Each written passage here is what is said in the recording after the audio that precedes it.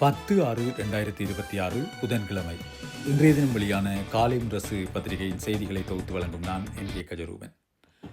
யுத்தகால குற்றங்களுக்கும் நீதி தருமாம் இந்த அரசாங்கம், அதற்கு இன்னமும் கால அவகாசம் வேண்டும் என்கிறார் ஆளும் தரப்பு எம்பி ஜெகதீஸ்வரன் என்ற பிரதான தலைப்புச் செய்தியோடு இன்றைய பத்திரிகை வெளியாக இருக்கின்றது. உயிர்த்த ஞாயிறு தின தாக்குதல் விசாரணைகளுக்கு முட்டுக்கட்டை போட்டால் நீதிமன்றத்தில் பாரிய ஆப்பு, சிஐடி வழக்குகளை குழப்புவோருக்கு அமைச்சரவை பேச்சாளர் பகிரங்க எச்சரிக்கை என்ற செய்தி வெளியாகி இருக்கின்றது. மேலும் நீடிக்கப்பட்டது அவசரகால சட்டம், 28 மேலதிக வாக்குகளால் சபையில் நிறைவேற்றம் என்ற செய்தியும், நாட்டில் அமுல்படுத்தப்பட்டிருக்கின்ற அவசரகால சட்டம் மேலும் 28 மேலதிக வாக்குகளால் மீண்டும் புதுப்பிக்கப்பட்ட செய்தி வெளியாகி இருக்கிறது. செம்மணி புதைகுழியில் இதுவரை 327 எலும்புக்கூடுகள் அடையாளம், 311 எலும்புக்கூடுகள் முழுமையாக மீட்பு என்ற செய்தி இன்றைய பத்திரிகையில் புகைப்படங்களுடன் வெளியாகி இருக்கின்றது. சுரேஷ் சாலே நடத்தப்படும் விதம் எமக்கு கவலை அளிக்கிறது. சர்வதேச மனித உரிமை விதிகளை பேணுமாறு ஐக்கிய தேசிய கட்சியினர் அவசர வேண்டுகோள் என்ற ஒரு செய்தி வெளியாகி இருக்கிறது. பொருளாதாரத்தை படுகொலை செய்தவர்களே இன்று பொருளாதாரம் பற்றி பேசுகிறார்கள். சபையில் ராஜபக்சேக்களை கடுமையாக சாடிய அமைச்சர் பிமல் என்ற செய்தி அடுத்து காணப்படுகின்றது. அரசு தரப்பு பாடினால் சட்ட விலக்கா, தமிழ் இளைஞர் பாடினால் கைதா, நாடாளுமன்றத்தில் நாமல் கேள்விக்கணை.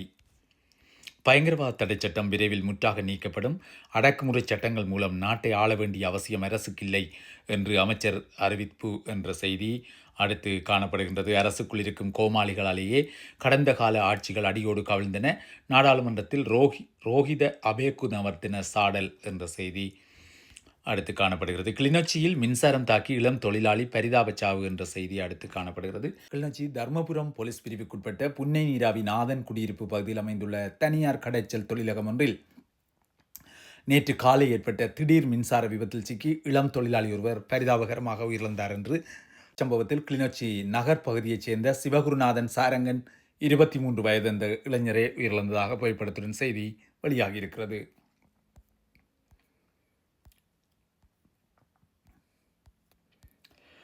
ரயில் சேவைகள் இன்று பாதிப்புறும் ஆபத்து, கட்டுப்பாட்டாளர்களின் பணி புறக்கணிப்பால் என்று ஒரு செய்தி வெளியாகி இருக்கிறது. திங்கள் மாலை முரசு ஆசிரியர் தலையங்கம் என்ற ஆசிரியர் தலையங்கம் தனித்துவப்படுத்தப்பட்டு அங்கே திங்கள் மாலை முரசு ஆசிரியர் தலையங்கம் மீள் பிரசுரம் செய்யப்பட்டிருக்கிறது.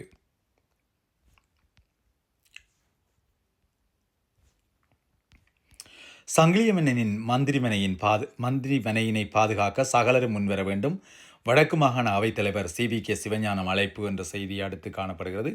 உலக வங்கி பிரதிநிதிகளுடன் வடிவேல் சுரேஷ் கலந்துரையாடல், பெருந்தோட்ட மக்களின் அபிவிருத்தி குறித்து வலியுறுத்தல் என்ற செய்தி அடுத்து காணப்படுகிறது.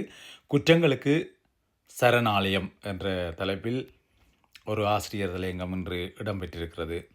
ஐக்கிய தேசிய கட்சி பெண் நகராட்சி உறுப்பினருக்கு எதிராக போலீஸ் தலைமையகத்தில் முன்னால் போராட்டம்.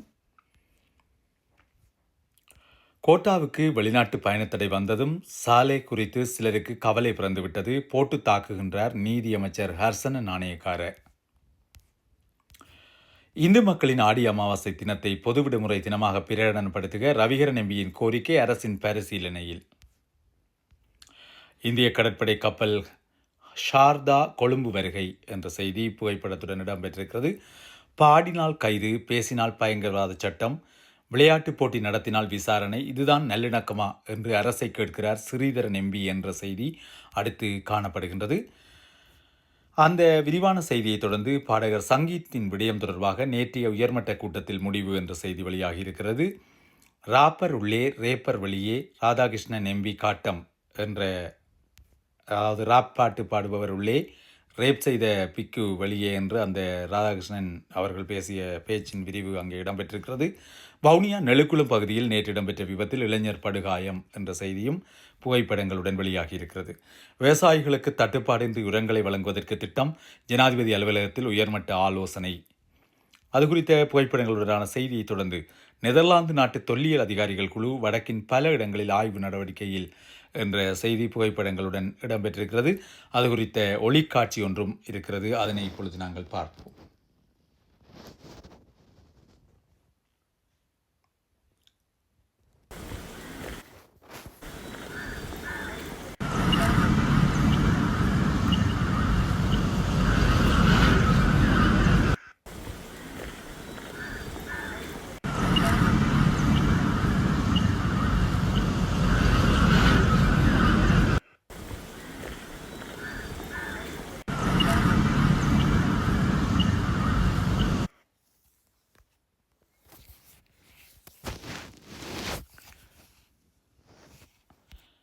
அது நெதர்லாந்து நாட்டு தொல்லியல் ஆய்வாளர்கள் ஆய்வு செய்கின்ற ஒரு ஒளிக்காட்சி. எல்னினோ காலநிலை சவாலை எதிர்கொள்ள ஜனாதிபதி செயலகத்தில் கலந்துரையாடல் என்ற செய்தி புகைப்படங்களுடன் வெளியாகி இருக்கின்றது. குறைபாடுகளை மாற்று தரப்பிடம் கேட்டு தீர்ப்பதே சிறந்த அரசாங்கம், நாடாளுமன்றத்தில் ஜீவன் தொண்டமான் உரை. கொழும்பில் முதன்முறையாக தேசிய சாரணர் பொசன் வலயம் ஜனாதிபதி செயலாளருடன் உயர்மட்ட கலந்துரையாடல். பெண்களுக்கு எதிரான குற்றங்களை சகித்துக் கொள்ளவே முடியாது, முதல்வர் விஜய் எச்சரிக்கை என்ற செய்தி அடுத்து காணப்படுகிறது. பிரான்ஸ் ஸ்லோவாக்கியா பயணிக்கிறார் பிரதமர் மோடி, G7 மாநாட்டில் பங்கேற்கிறார் என்ற செய்தி அடுத்து காணப்படுகிறது. அமெரிக்க ஹெலிகாப்டரை வீழ்த்திய ஈரான் பதிலடி கொடுக்கப்படும் என ட்ரம்ப் எச்சரிக்கை என்ற செய்தியும் அடுத்து காணப்படுகிறது.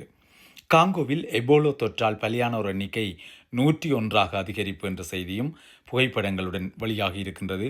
அந்த செய்தியை தொடர்ந்து இறுதியாக ராசிபலன் பகுதியை தொடர்ந்து இடம்பெற்றிருக்கிற செய்தி, பிக்கு சமூகத்தை அவமதிப்போர் மீது உடனடி சட்டம் பாய வேண்டும், அரசுக்கு அக்னிமன தயாரத்ன தேரர் அழுத்தம் என்ற செய்தி இடம்பெற்றிருக்கிறது.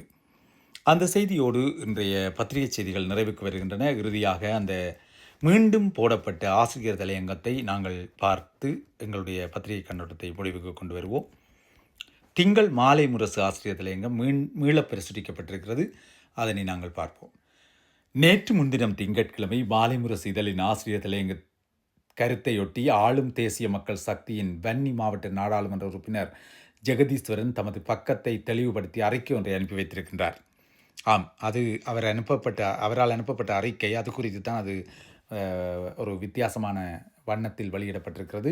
அது தனியாக பிரசுரமாகியுள்ளது. வாசகர்களின் தெளிவுக்காக இந்த மௌனம் ஏன் என்ற தலைப்பில் வெளியான இந்த ஆசிரியர் தலையங்கம் அப்படியே இங்கு மறுபிரசுரமாகிறது.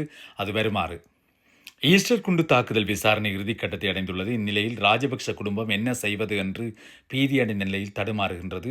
எதிர்க்கட்சியினரும் அவர்களுக்கு உடந்தையாக மௌனிகளாக இருக்கின்றனர் என தேசிய மக்கள் சக்தியின் வன்னி மாவட்ட நாடாளுமன்ற உறுப்பினர் ஜெகதீஸ்வரன் தெரிவித்திருக்கிறார். ஈஸ்டர் குண்டு தாக்குதல் தொடர்பாக நாடாளுமன்ற உறுப்பினர் ஜெகதீஸ்வரன் ஆளும் கட்சி மிக காத்திரமான நடவடிக்கைகள் எடுத்திருப்பதாகவே இருக்கட்டும், ராஜபக்சக்கள் அதனால் பீதியடைந்துள்ளனர் என அவர் குறிப்பிட்டிருக்கின்றமை உண்மையாகவே இருக்கட்டும். ஆனால் ராஜபக்சேக்களுக்கு உடந்தையாக எதிர்க்கட்சியினர் மௌனிகளாக இருக்கின்றனர் என்று அவர் விமர்சிக்கின்றமையைத்தான் எங்கோ இடிக்கின்றது. ஈஸ்டர் குண்டு தாக்குதலில் சுமார் 250 பேர் உயிரிழந்தார்கள், சுமார் 500 பேர் வரை படுகாயமடைந்தார்கள்.